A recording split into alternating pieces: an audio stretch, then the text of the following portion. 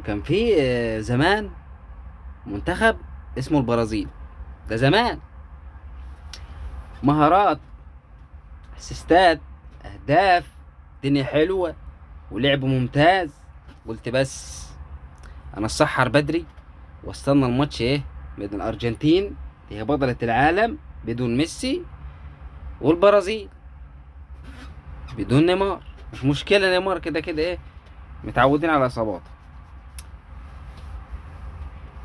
ابص في قبل الماتش، رافينيا يطلع لي اللعنة عليهم، مدرب البرازيل: نحن اتينا للفوز وليس اكثر.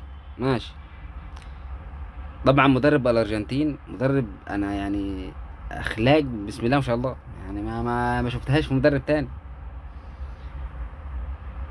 الارجنتين مسكت لعيبه البرازيل، مسحت بها نجيلة المباراة، يعني نجيلة الملعب كله مسحتها مسح. هتقول البرازيل هدفت، سجلت هدف، اقول لك من خطأ مدافع.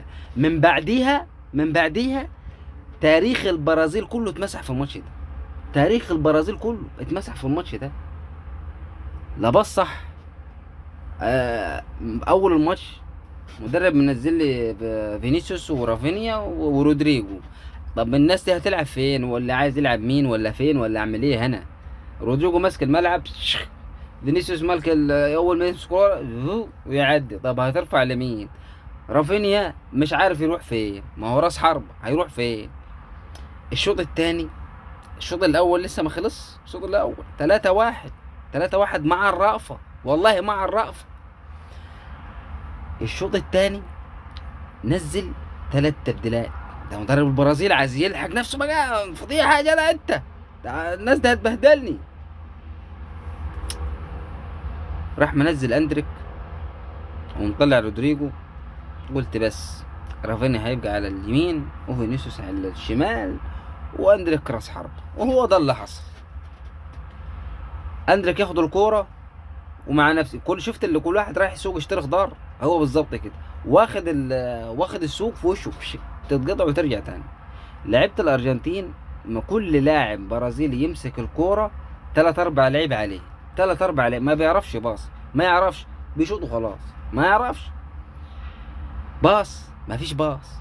البرازيل انا هستمتع بالمباراة، الاقي المباراة من جانب واحد. ده مارتينيز من كتر الفضا، كان واخد الكورة عمال يلعب بيها عند الملا، عند منطقة الحارس بتاعته، عند منطقته، عمال ينطلق في الكورة، وهو ولا هنا بلاعب مين يا عم؟ ده انا بلاعب مركز شباب الحومدية، مش بلاعب البرازيل. انا يعني انا اتفاجئت والله. ده مستوى؟ ده مش مستوى. البرازيل ما لعبتش بشيلن.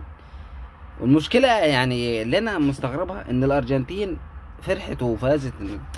هي فازت على اسم البرازيل، مش على لعيبة البرازيل، انما دي مش لعيبة برازيل.